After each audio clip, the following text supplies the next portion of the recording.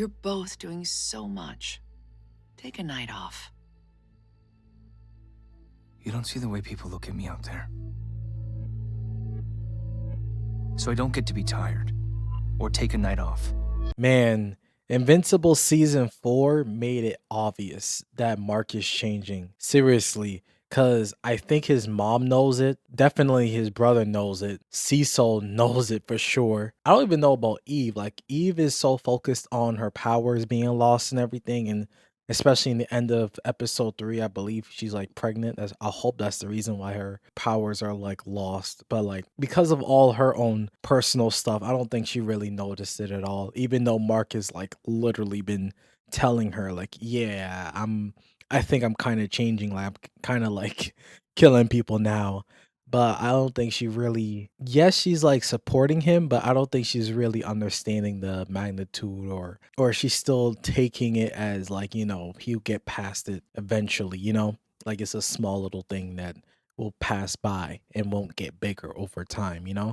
So man, I really gotta say this. Like usually in the past, if you've seen my videos for the past like 3 previous seasons, like I used to laugh about it, make jokes, saying how the writers are like torturing the main character, like they just finding the worst possible scenarios for their main character and just making that as the plot.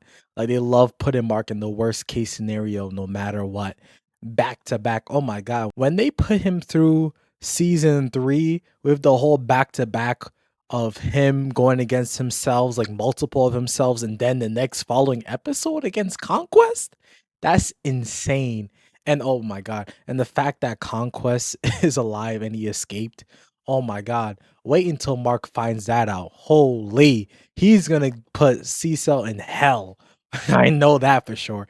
Cecil is on a timer right now. Like he knows when Conquest comes back, he knows Mark is gonna look directly at him. And honestly, that might be the reason why Cecil's like afraid that Mark is like changing and starting to kill. Like, and he's telling him, like, yo, let me call all the shots and let you know if it's the right choice to kill, right? That's probably honestly the reason. But back to my point, like in the past, I used to make jokes about it and stuff, and how like, man, Mark really needs to get better because he has no help, no assistance. Like he is all up to him. Like if he falls, Earth is done, right? But these first 3 episodes, man, they really got me feeling bad for him. Like I really am concerned about his mental health, like what he's going through, what he's been through already, the trauma. You know it's bad when Mark is like the first hero that really made me realize that heroes, they sincerely have no time to heal from their own trauma, and they can literally only numb the pain. That's crazy.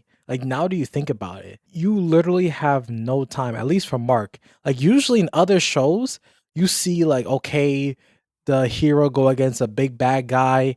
It's a big whole arc, and then once that's done, it's like okay, they have a break until the next arc begins, and then they faced another big bad guy. But usually there's a good time difference between those two, right? But with Mark, he literally has no time, no rest, like no, there's no sympathy for what he did yesterday. He has to do it again today. Like, tell me what other hero gets back to back like crisis scenarios consistently. Can't name one. I literally can't name one. Like Mark might actually be in the worst multiverse. Like as a hero, he literally might be in part of the worst type of universe. So I can't really blame him that he's changing at all. Like I can't really blame him because most of his stress and all of the responsibilities he has to handle is literally because he allows enemies to come back.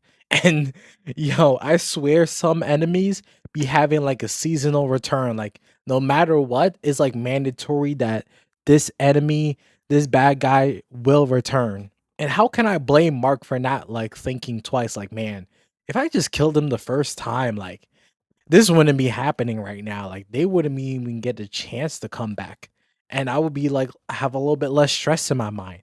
Which is interesting. Like how many times can a hero make the right choice for themselves, like morality wise? Like it's the right thing to do to not kill and keep your righteousness and all that. But how many times can you do that repeatedly before you break? Because especially with Mark's scenario in his situation, every single time these enemies are coming back, returning stronger, better, more strategic. They're more prepared for him or any of his allies, And I think Mark really just hit the boiling point. Like he lost all patience for any type of villain. I mean, he did declare that after Conquest and after almost seeing Eve died, right? But I really just want to know your thoughts. Like, do you feel this change that's happening to Mark, is it justifiable? Do you think because of what he been through in the previous seasons, all the trauma and stuff, and the fact that he don't even have time to really think too much about it, and he still has to go out there and face enemies and make these decisions consistently on whether or not should I kill or not kill? Do you think a hero should be hold to the standard of keeping their morality, their values at all times? Or is there scenarios where it's absolutely necessary to kill? I wonder what you guys feel about that. Because, of course, there's heroes all the time and like a lot of shows that kill. But when it's one of your core beliefs, one of your core values is not to do that, is it justified to go against that to possibly find an easier path to save humanity? And the key word is easier because, of course, there might be another way, but the obvious choice to get rid of any problem is to erase it from existence, right? So it's an interesting thing to think about. Now, another thing that these three episodes had me thinking is you remember, I forgot which season, I think it was last season three, where Mark went into the future and Immortal was king and all that, and he had to kill him, and he learned that his future self left Earth. I think currently in this timeline, I think is still progressing towards him having to leave Earth because he's still learning that his existence is what causes like majority of Earth's problems. Of course, with the whole Vulturemites thing, like as long as he's there, they're gonna come, right? And even Eve's father mentioned it before when he had their one-on-one pep talk. Like Eve never came close to dying until she got in a relationship with Mark, which is insane because she was in a relationship with Rex. And you know how reckless Rex be, and he be going out there exploding things and all around, right? Of course, since Mark, he attracts stronger opponents every single time. Of course, her life is going to be more at risk when she's with him. Okay, so if you were in Mark's shoes, what would you do? Will you just say like F your moralities, F all that righteous stuff and just start being a killing machine? Because that's what it feels like these writers are forcing him to be. Like truly. Or are you going to consistently try to hold your morality and what you value? Because god damn, man, even especially at the end of episode 3 when he just saw Titan and then he just started spazzing out of nowhere. Like that was insane. Like this man's really on Damon timing. I might need like a kill counter from Mark this season. It might be a high count. I think so. But yeah, you let me know about Mark as a character this season. How you feel his character development is gonna progress into who he's gonna become. Of course, I'm already thinking that he's gonna become more like his father, while his father is gonna become more like him. I'm gonna talk about that in my next video when I speak about Nolan and what's been going on with him, especially in episode 2. I was thinking about making it the same video, but nah, like this video is long enough. Making that as like a separate video.